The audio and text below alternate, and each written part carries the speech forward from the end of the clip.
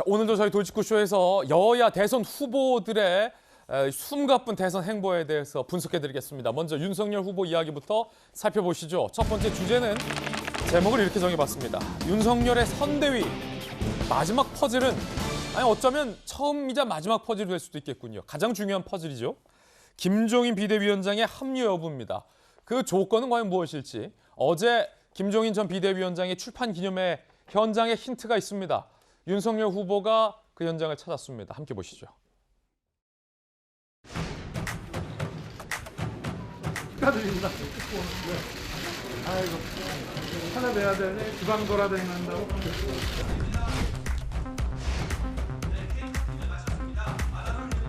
또 이번 대통령 선거에서 많은 역할을 해주실 것이라고 확신하고 제가 최선을 다해서 보조할 수 있었으면 좋겠다.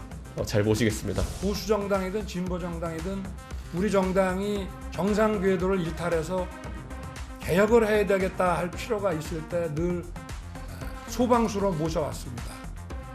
지금까지 살아오신 그 궤적을 보면 이쪽 저쪽 어느 쪽도 아니고 늘 국민 하나만 생각하고 실용주의 그 철학으로 가득 찬 분이라고 그렇게 생각하고 있습니다.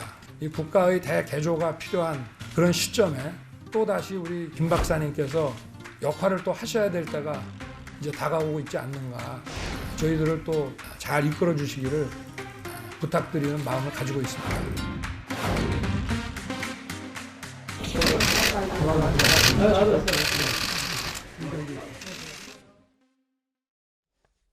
자, 윤석열 후보와 김종인 전 비대위원장이 매우 가까워 보였던 모습이었습니다. 이준석 대표는 오실 것이라 확신한다며 제가 잘 모시겠다라고 몸을 낮췄고 윤석열 후보는 오로지 국민 하나만 생각해온 분이다라고 김종인 전 비대위원장의 역할에 대해서 높게 평가를 하던 자리였습니다. 그리고 막판에 특히 귓속말하는 장면도 저희 카메라에 포착이 됐는데 윤석열 후보의 수석 대변인으로 내정되신 이양수 의원님. 네.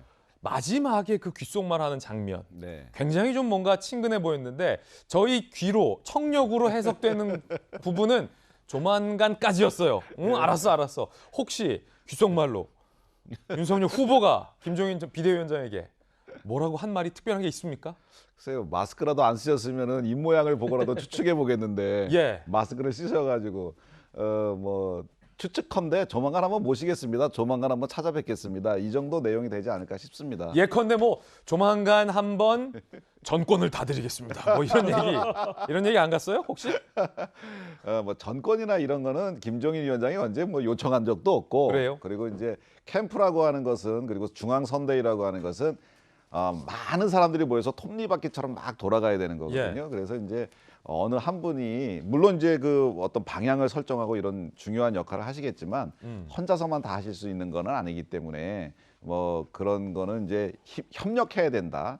이제 그런데 김종인 위원장님께 이제 주도적으로 좀 오셔가지고 우리를 잘 이끌어 달라. 이분이 이제 복지 비전이나 미래 비전 이런 것에 굉장히 강하신 분이잖아요. 예. 과거에도 이제 복지 정책 실적 2반도 하셨고 경제 민주화 정책도 하셨고 그리고 실용주의 노선이시고 저는 사실 어제 가면 송영길 대표나 이재명 후보도 좀 와 있을 수도 있겠다 생각을 했었어요. 왜냐하면 민주당 대표도 하신 분이셨으니까. 예.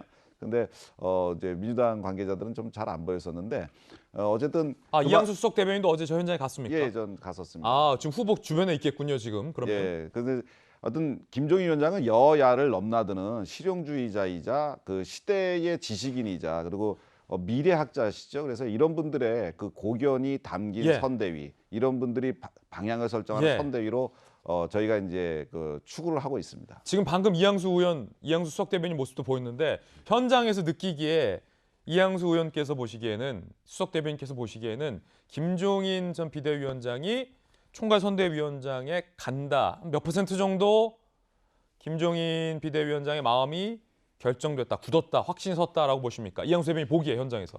그 이제 제가 뭐 이과 출신 아니고 문과 출신이라서 수학에 약해서 몇 퍼센트인지까지는 예. 뭐 모르겠는데 그래도 거의 도와주실 것 같다라는 확신이 들었어요. 90% 이상입니까? 예, 왜냐하면 어제 말씀 중에 그 이제 이준석 대표와 그 윤석열 후보의 그 도움을 요청하는 그런 말씀 뒤에 예. 공개적으로 계기가 되면 내가 도와줄 수도 있다 이런 말씀을 하셨거든요. 그래서 아직 확답은 안 하셨지만 그 정도 말씀하신 거로는 와서 도와주시지 않을까 예측하고 있습니다. 이양수 수석 대변인이 현장에서 느끼기에는 거의 뭐 도와줄 걸로 합류한 걸로 확신시 된다라는 의견 들어봤는데 김종인 비대위원장의 대답은 뭐였을까요? 직접 들어보시죠. 윤석열 후보가 아까 발언에서 지금 도와주셨다 했으면 좋겠다 얘기를 하던데 뭐 그런 계기가 되면 뭐 도와줄 수도 있고 그런 거죠. 선대위 구성에 대해서는 총괄 선대위원장은 맡으실 계획이 있으신지? 나는 아직 거기에 대해서는 일체 아무것도 몰라요. 김병준 상임위원장과 이 위원장님의 총괄선대위원장 이렇게 뭐라고? 이야기가 나왔는데 나는 그런 얘기를 내가 처음서부터 나는 얘기를 안 해요. 내가 후보의 본인의 생각인 거고 그 다음에 뭐가 짜여지면은 그때 가서 내가 판단하는 거지. 내가 미리서 뭐 어쩌고 저쩌고 얘기를 할 수가 없어요. 자, 여기에서 이제 베테랑 기자의 시각도 궁금합니다. 현장에 있었던 뭐 재선 국회의원, 수석 대변인은 100% 합류다. 그러면 25년 정치부 기자 베테랑 이재명 기자는 어떻게 보세요? 다른 변수 없습니까? 전혀? 합류할 가능성은 매우 높죠. 근데 지금 어제 김종인 전 비대위원장에게서는 판이 다 깔려야 된다. 어떤 판이냐면 결국 자신이 충분히 자신이 어떤 정책이든 공약이든 아니면 선대위 구성 운영이든 충분히 자신이 어떤 권한을 행사할 수 있는 그런 판이 만들어져야 된다. 이런 얘기를 뭐 어제 충분히 윤석열 후보한테 의견을 전달하는 게 아닌가 싶습니다. 그러니까 어제도 계속 여지를 남겨놨었죠. 그러니까 판이 만들어지기 전에는 합류할 수 없다라는 그런 여지를 만들어놨기 때문에 판은 만들어질 때까지 본인은 지켜보겠다 이런 입장인데 글쎄요, 저는 뭐 물론 이제 김종인 전 비상대책위원장이 이미 뭐 여러 차 선거에서 2012년 대선 총선 대선 때 또 2016년 총선 때 뭐 굉장히 역량을 발휘했죠. 그래서 본인이 합류했던 당을 승리하는데 큰 기여를 했다. 뭐 누구도 부정할 수 없는 사실인 것 같습니다. 그럼에도 불구하고 어제 윤석열 후보가 이런 얘기를 했습니다. 김종인 전 비대위원장을 두고 대한민국의 소방수다 이런 역할을 했는데 지금 국민의힘이 꺼야 할 가장 급한 불이 뭘까요?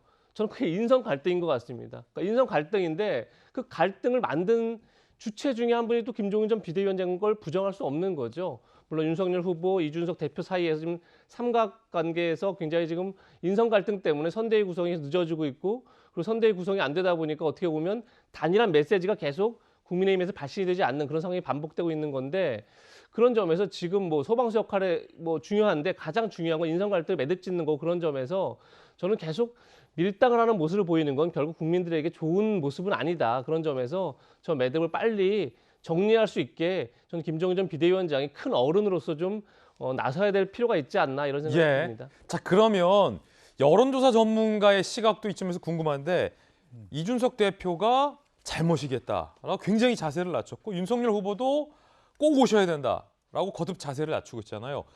여론조사적인 시각으로 봤을 때 왜 김종인 퍼즐이 이들에게 필요합니까? 간단하죠. 간단하다. 이기기 위해서. 이기기 위해서. 이기기 위해서는 김종인 전 비대위원장이 필요하다라는 거예요.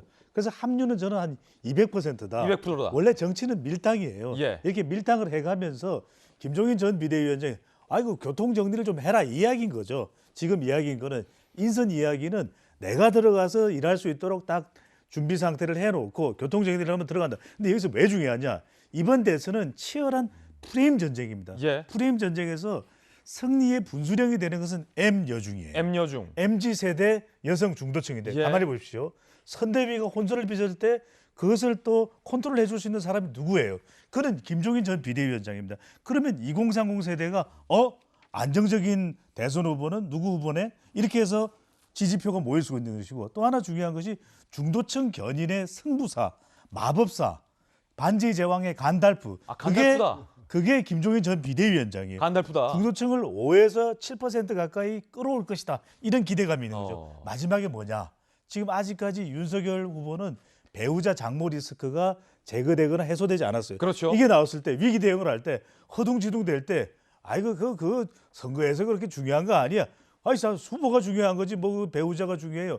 이런 이야기를 건넬 사람이 누구겠어요? 방금 김종인 성대모사. 거의 똑같죠. 예. 그걸 해줄 수 있는 사람이 김종인 전 비대위원장. 그게 여성들에게 굉장히 좀 민감한 미칠 수 있다. 적어도 5에서 7%포인트 마지막 M 여 중에서 여성까지 끌고 올 수 있는 사람이 김종인 전 비대위원장이 판단하는데 이 김종인 전 비대위원장의 존재감이 더 커질 때는 약간 지지율이 조정될 때, 윤석열 후보의 지지율이 살짝 빠지네. 이럴 때는 김종인 전 비대위원장이 더 필요하게 되는 거죠. 알겠습니다. 배종찬 소장님의 의견도 들어봤고요.